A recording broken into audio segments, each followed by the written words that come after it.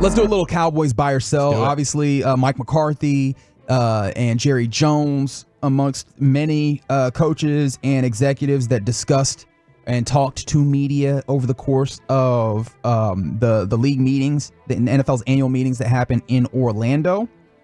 And so one of the things that happened was discussions about Tyler Smith.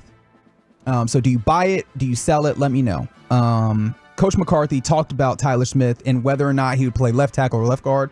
He said, quote, "We'll keep him at guard right now, see how it unfolds as of today. Let's fill out the room and then we'll look at it." And he also went further to say that he's pleased with the development of the O-line room, saying, quote, "We'd like to continue adding to that." Buy or sell Tyler Smith remaining at left guard as opposed to playing left tackle? Buy. Played left tackle when he came in first for a little bit. Was good. Not bad, not great. Moved to left guard where he had penalty issues at left tackle in college. And now he was playing at an all-pro level, and you figured out your left guard situation. Now, I am quite aware that left tackle is the premier position on the O-line. But when you have figured out a guy that had penalty problems in college and now is here and has kind of figured his way out and has minimized those penalties and played at an all-pro level, why fix one problem and create another? And if he was an all-pro at both and you're like, oh my gosh, we got one of the best left tackles, sure. He wasn't. He was good. I'm not saying he was bad, but he was all right at left tackle. He was really good at left guard, and you've kind of secured that position. You're going to have a lot of good left tackles sitting there at 24, or maybe even further down in the draft. I don't know. I haven't heard about too many left guards being first or second round draft talents outside of maybe Graham Barton from Duke, who can kind of play all over the O-line. So I think they're kind of weighing that in as well. Who's going to be there for us to draft? So I'm all for Tyler Smith staying at left guard. I hear you. The thing that I immediately start thinking about, though, is I do wonder. I understand left tackle. Again, you mentioned left tackle is a premier position, and you have a dude who's capable of playing left tackle. I feel like when you talk about the easiest position to play, quote unquote, when it comes to the offensive line, is guard. Correct. And so if that's the case, I do feel like you can get somebody that you feel comfortable playing guard easier than probably you can find somebody that you feel great about playing tackle. It might be harder. I just feel like you have figured Tyler Smith out.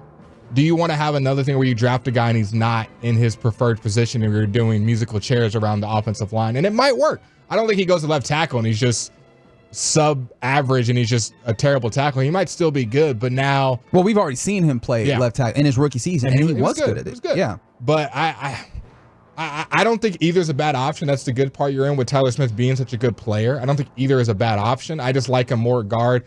But there's arguments on both sides of the premier position being left tackle. Do you want to have the guy that's already been in the system for a couple years moving there? Do you want a new guy there? Either way, they've screwed themselves, Reggie. I mean, let's call it how it is. They screwed themselves, kind of where they're having to make this decision in a quote-unquote all-in year and 1 year, whatever nonsense of whatever we're calling it now. But I would keep Tyler Smith left guard and develop a left tackle for the future instead of moving Tyler Smith back every other year, because I don't know. I'm not an offensive lineman, but from what I've heard, it doesn't sound like O-linemen love doing that. Left tackle, left guard, center, right tackle. Like, they don't love moving around. So I think when a guy has an all-pro season at left guard, you keep him there. But I understand the reasoning of bumping him out to left tackle as well. Okay, so you said you're buying it, though, yes, as him being in that place. All right. Let's continue. Buy or sell. Mike McCarthy was talking about the idea of, from the 469, before I move forward, they said, can TJ Bass play guard? Yes. We saw him play guard. He looked pretty good in the instances that you've had him play. Name called. And so there's that. I know that the team feels comfortable about like Brock Hoffman playing center, but I do wonder if you might be better served drafting one of these centers like the Powers Johnson out of Oregon and having a guy that you feel comfortable. And I know Brian Broaddus is someone I lean on, talk about how smart he is and his ability to maybe call coverages and stuff and take some of that out of the hands of your quarterback and put that back on the offensive line. And I wonder how helpful that is, right? And so just the thought, wanted to get whether you bought or sold that. Yep. Okay. It was kind of interesting that these things kind of came together in similar times because Mike McCarthy was talking about the idea of, wanting to see or like expecting to see a second year jump and leap with a lot, or like just jumps and leaps with some of your players, like the idea of interior happening, things happening with the interior. In fact, let me play this audio when it comes to Mike McCarthy talking about, with Adam Schefter, the lack of free agency moves. This is cut 6, Rodrigo. I'm a big believer in a second and third year jump. We have some young players. We got some guys coming back off of IR that were young players that we're excited about. So we are definitely improving. We're just not part of the free agent market right now. So is that what Cowboys fans can hang their hat on, the fact that there are guys coming back that are going to be getting better, because people keep waiting for the Cowboys to make moves? Well, I think that, and also there's a lot left. So it's you'll probably have a market right before the draft or post draft, and then you got your June 1st market, and obviously we'll have another draft class. So I have great confidence in our roster. I will say this before we even get into the minutia of what he said, and I might be in the minority, I might not be. I love how McCarthy is kind of taking this front facing and just like, hey, yeah, I understand there's criticism, but we have kind of a plan. Whether he believes it, whether it goes through, I like how he's like, hey, there's going to be a June 1st market. There's going to be a post-draft market. Our guys are developing. Whether it's true or not, that's to be decided on whether the team ends up actually getting better. But I like how he's at least addressing it and not running away from the question of just, our cap number, and there's not much we can do, and I don't know what to tell you. Yeah, the cap situation. I'm glad it's not that. All right, so buy or sell then. The idea that they are getting better even though they have not been in that free agent market. This one's tough, Reggie. This one's tough. I feel like it's not tough. You just don't want to say the answer that you feel it is. I'm going to sell. Yep. In addition to, can you give me, Rodrigo, I know that I'm kind of playing this by ear. Can you give me the last part of Mike McCarthy there when he was talking to Adam Schefter? Because he did talk about the idea of some second year players or some jumps that you were anticipating, but I do want to go back to that last part that he gave me. Can you play this for me real quick? We are definitely improving. We're just not part of the free agent market right now. So is that what Cowboys fans can hang their hat on, the fact that there are guys coming back that are going to be getting better, because people keep waiting for the Cowboys to make moves? Well, I think that, and also there's a lot left. So you'll probably have a market right before the draft or post draft, and then you got your June 1st market, and obviously we'll have another draft class. So I have great confidence in our roster. Great confidence in the roster. Buy or sell? Reggie, you do this to me. I sell. Okay, very good. Look, I think that it's well established why you might sell, but one of the things that got me when we talked about the idea of the second year jump, and I also want to get how you feel about this, because we found out very quickly thereafter, Cowboys nose tackle Mazi Smith had shoulder surgery. He carried a 4 to 6 months timetable following the procedure he underwent shortly after the season. He's expected to be ready for training camp, according to Michael Gelkin. Tight end Luke Schoonmaker, he also had shoulder surgery a little bit more recently, but supposedly, quote, all systems are go for his camp, and a person familiar with this situation said as such. And so those are two of the guys you talk about if you're talking about second year jumps for this team, and especially when you consider, let's just go there. Like, how does that change how you feel a little bit about the possibility of the second year jumps for those guys? This team stresses me out. That's right, and I got one more thing. Don't worry, I still got one in the chamber that's going to stress you out just a little bit too. This team stresses me out. Like, our first 3 picks last year, all 3 coming off of a surgery.